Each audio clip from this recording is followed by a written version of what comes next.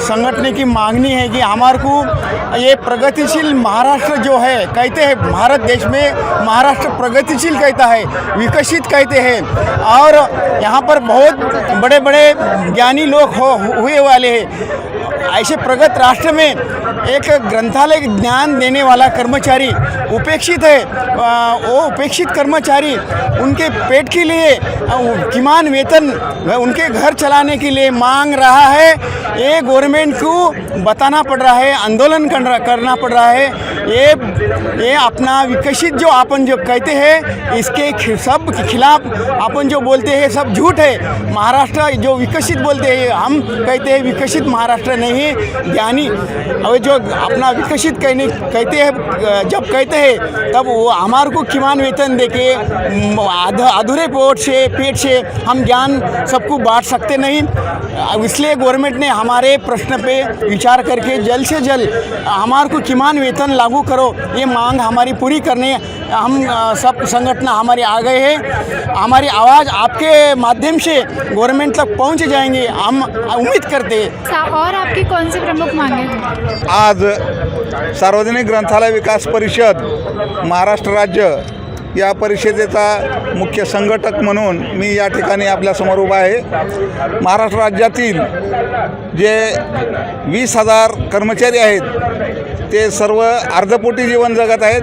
या 20,000 कर्मचाऱ्याला 6 महिन्याला अनुदान म्हणून जी रक्कम दिली जाते ती किमान वेतनापेक्षाही कमी आहे। म्हणून किमान वेतन मागण्यासाठी या ठिकाणी आजचा हा मोर्चा आहे। एकीकडं आपलं केंद्र शासन समान काम समान वेतन म्हणून कायदे करतं कर्मचाऱ्यासाठी, आणि या महाराष्ट्रामध्ये आमच्या कर्मचाऱ्याला ड वर्गाच्या कर्मचाऱ्याला दिवसाला 75 रुपये मानधन मिळतं। क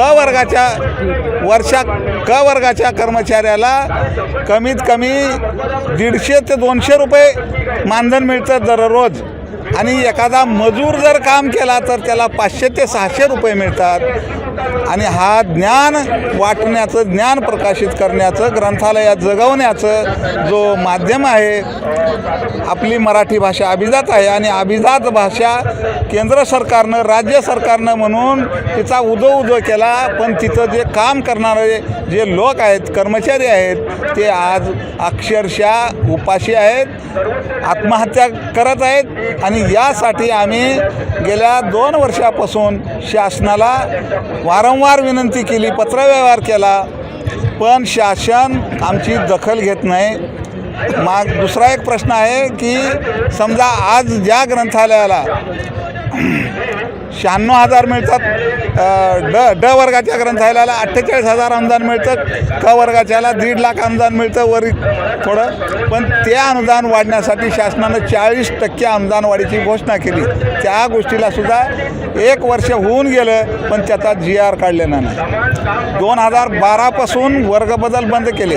वर्गबदल म्हणजे ना क वर्गातला ब मध्ये जातो, ब वर्गातला अ मध्ये जातो, आणि त्याचं अनुदान दुप्पट होतं। त्याच्यामुळे अनुदान दुप्पट झाल्यानंतर पर्यायानं कर्मचाऱ्याला सुद्धा ते अनुदान दुप्पट मिळतं।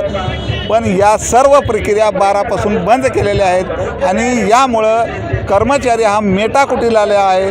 आणि याचा परिणाम काय झालेला आहे तर जवळपास 4,000 ग्रंथालये बंद पडलेली आहेत। शासन फक्त बघ्याची भूमिका घेतं, यांच्याकडे लक्ष देत नाही। आणि म्हणून आम्ही शासनाला आज या मोर्चाच्या माध्यमातून विनंती करत आहोत की शासनानं आमची ही जे प्रश्न आहेत हे सोडवावेत, यांना किमान वेतन द्यावं, यांच्या खात्यावर वेतन द्यावं। यांना जे कामाचे तास आहेत, आज कामाचे तास कमी आहेत, आणि म्हणून ते बोलतात की तुम्हाला कामाचे तास कमी आहेत आणि त्यामुळे आम्ही तुम्हाला वेतन देऊ शकत नाही। तर आम्ही काम 8 तास करायला तयार आहोत, म्हणून आमचे कामाचे तास वाढवून द्या म्हणून सुद्धा आम्ही निवेदन दिलेलं आहे शासनाला। दुसरीकडे काय म्हणतं शासन, तुम्ही संस्थेचे कर्मचारी आहात, संस्था चालकाला तुम्ही वेतन मागा, मग शाळा संस्था आहे, कॉलेज संस्था आहे, तिथं जे कर्मचारी आहेत त्या कर्मचाऱ्याला शासन वेतन देतं आणि आमच्या संस्थेच्याच वाचनालयाच्या कर्मचाऱ्याला मानधन देतं, तेही अपुरं, त्याच्यामध्ये तो जगू शकत नाही. अशा प्रकारचं मानधन हे पोट भरू शकत नाही, हे आम्हाला नको आहे. आमचं अनुदान बंद करा, 40% अनुदान आम्हाला नको. तुम्ही आमचा दर्जा बदल करा आणि आम्हाला फक्त किमान वेतन द्या. आम्हाला अनुदान वाढीची गरज नाही. क्या आपने निवेदन दिया है, निवेदन के आगे की भूमिका आने के बाद आपकी क्या भूमिका? हो, आमच्या मागण्या तर आपण मान्य कराव्यात. नाही केलं तर आम्ही त्यापुढे जाऊ. आज मोर्चा काढला आहे, पुढं उपोषण करू. त्यापुढे ज्या ज्या स्टेप कराव्या लागतील त्या आम्ही सगळ्या स्टेप घेणार आहोत, पण आमच्या मागण्या पूर्ण करून घेणारच आहोत. मला सुद्धा वाटतं मी ग्रंथपाल आहे, मी ग्रंथपालच नाही आहे तर विद्यार्थ्यांवर संस्कार करण्यासाठी आणि तरुणांना त्यांच्या भविष्यासाठी आम्ही नियमित ज्ञानाची दारे उघडे करतो. आणि ज्ञान मंदिराच्या या सेवकांची आज ही अवस्था आहे. तुम्ही जे काही अनुदान देता त्या अनुदानाचे 50% कर्मचाऱ्यांवर खर्च केले जातात. त्यातूनही संस्था चालकाचा कंट्रोल असल्यामुळे ते पण त्याच्यातून कपात करतात. त्यामुळे ग्रंथचालकाचं पोटच भरत नाही. बरं, तो स्वतः उपाशी राहील पण कुटुंबाचं तर पोट भरावं लागेल. त्यामुळे त्याला दुसरीकडे काम करावं लागतं आणि इतकी कामं करून तो आता थकून गेलाय. ह्याच्यासाठी शासनाने आम्हाला किमान वेतन हे दिलं पाहिजे. किमान एवढं तरी मागणी पूर्ण करावी. आणि इतर जे काही आता तुम्हीच म्हणता, तुम्ही आता महिला विभाग पाहिजे, तुम्हाला बाल विभाग पाहिजे, वृत्त विभाग पाहिजे, हे सगळे कसे काय होणार आहे? 10x10च्या खोलीमध्ये ग्रंथालय आहे, ग्रंथालय वरदिष्णू संस्था आहे, नियमित ग्रंथ वाढत आहेत, फर्निचरच्या किमती वाढलेल्या आहेत, त्याच्यामध्ये त्याने त्याचं व्यवस्थापन कसं करणार? ह्या सगळ्या आपण समस्या लक्षात घेऊन आम्हाला किमान वेतन करावं आणि अनुदान पण आपण वाढवावं. कारण आम्ही फक्त आमचाच विचार करत नाही तर ग्रंथालयाच्या विकासाचा सुद्धा विचार करतो. आणि तुम्ही अनुदान वाढवलं तर आम्ही ग्रंथालयाचं व्यवस्थापन चांगल्या प्रकारे करू शकू. म्हणून तुम्ही 2 गोष्टी ह्या लक्षात घ्या. तसं तर आम्हाला आमच्या आरोग्यासाठी सुद्धा काही तुमच्या आयुर्विमासारख्या योजना पाहिजेत. शिवाय तुम्ही वेतन लागू केलं तरी सुद्धा महागाईचा दर काही कायम नाही, तो पण वाढतच जाणार आहे. त्यामुळे ते वेतन वाढलं तरी पुन्हा तीच परिस्थिती राहणार आहे. म्हणून दरवर्षी किमान 10% तरी वेतनामध्ये आपण वाढ करावी, अशा आमच्या मागण्या आहेत. त्या तुम्ही पूर्ण करण्याचा प्रयत्न करावा.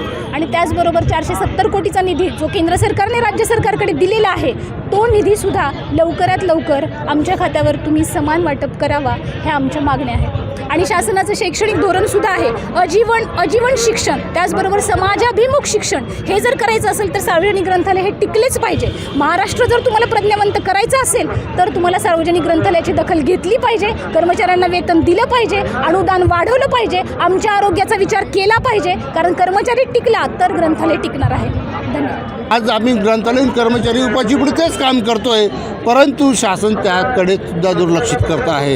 हा एक मुद्दा झाला.